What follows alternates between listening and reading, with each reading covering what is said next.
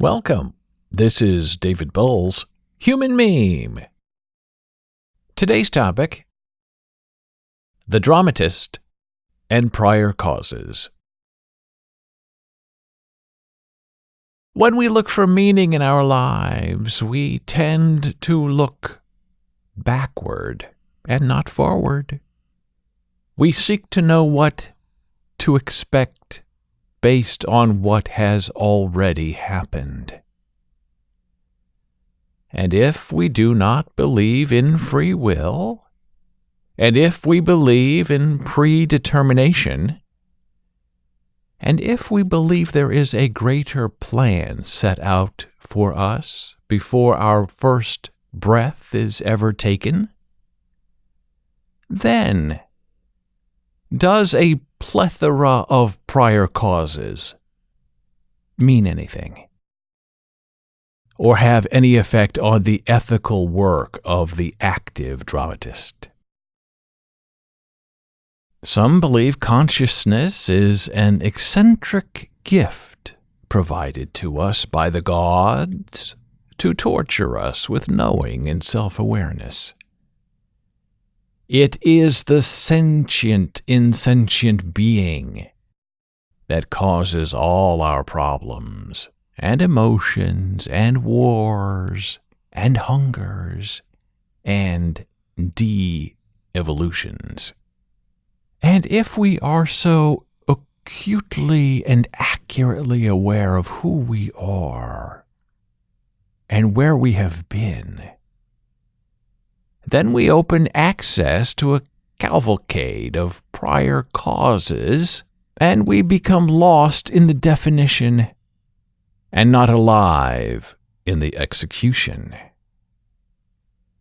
The determinist in us requires us and reminds us that all human interaction is not in being free,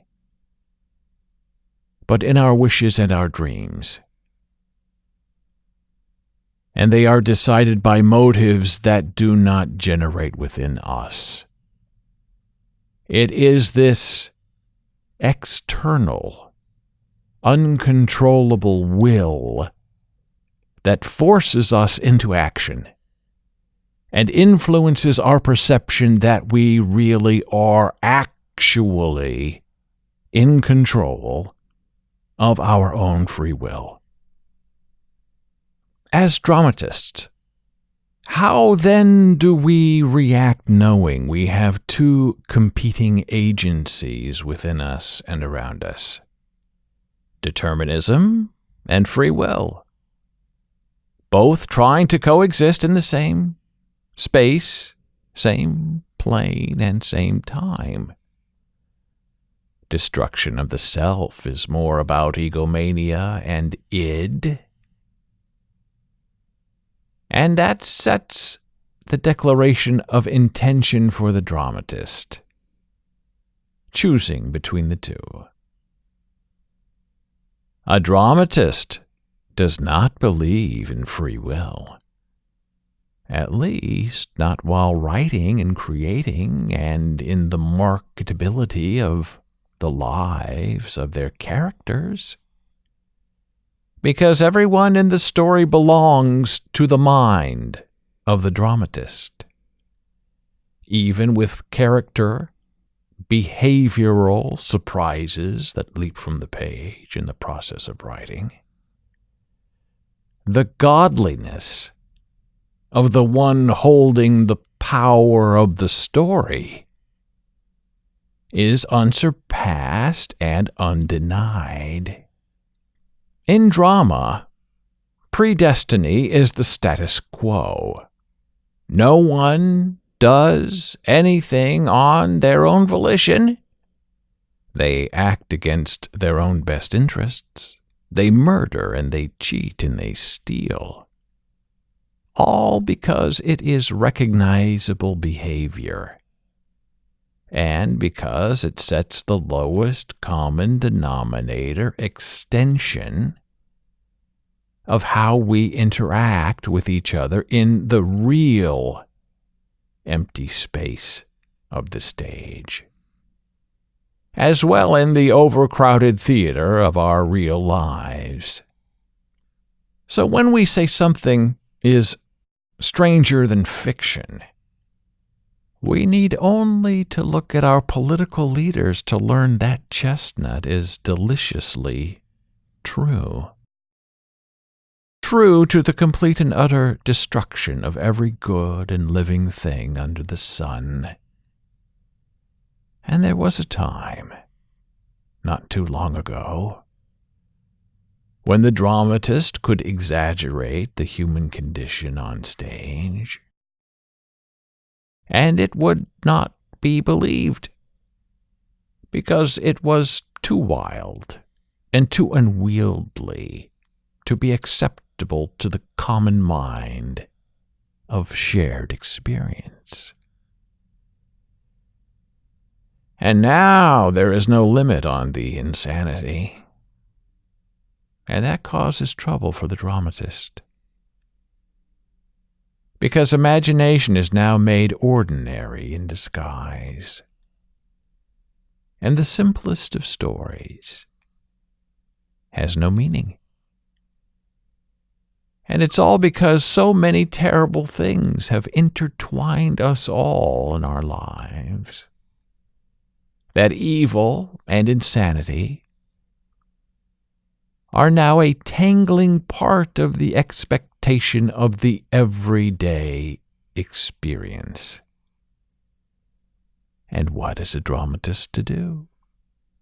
History matters. Context is everything. We frame what we can with the tools provided to us. You cannot write a story about women's rights today and not be cognizant of the history our current world embraces. We cannot stretch back in time and say, this is how it was, without understanding that it cannot ever be that way again today. You cannot write a free sex dramatic piece today that includes unprotected sex and try to get away with it cogently and dramatically by setting the story 20 years ago when there was no HIV or AIDS crisis. And because the now and what has happened in those last 2 decades colors the context of belief held by your current audience, you must be aware. You cannot ignore that has already become. You don't write a play now for an audience from 20 years ago, or an audience 20 years from now. You write for the now, the right now. And remember, every good dramatic piece has a sell-by date where relevancy diminishes and disingenuousness grows.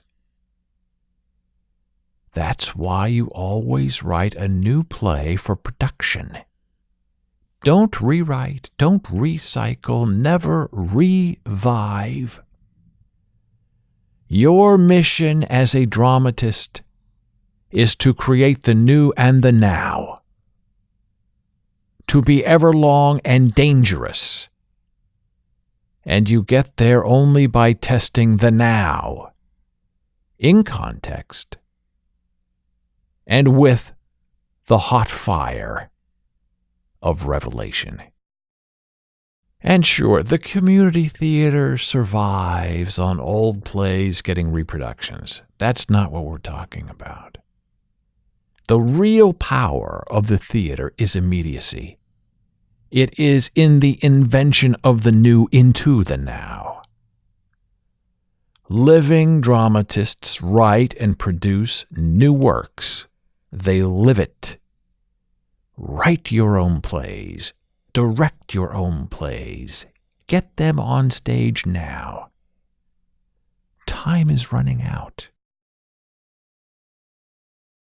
And now, my human meme friend, we return to the difficult notion of controlling the past and intimidating the now, and the future with reductive relativism and instructive determinism. As an individual, you, the dramatist, wants to believe in free will. For if we, the dramatist, if we are not writing and controlling our own characters who do not have free will or act independently of our wishes, then we must ask, who or what is controlling us? Who or what defines what the dramatist decides to create, and why? And is there another power controlling all the wishes and desires of the dramatist controlling the dramatist? Where will it end? In a black hole? In the heavens? In the tar pits of hell? To know the end, we must first navigate the beginning. As Peer Gynt said about the onion, you peel back the layers, layers upon layers, only to discover there's nothing there in the center, except the empty space that held together all the other layers. The predestiny of an onion is empty space. The free will of a dramatist is empty space. The determination of every dramatic outcome is everything.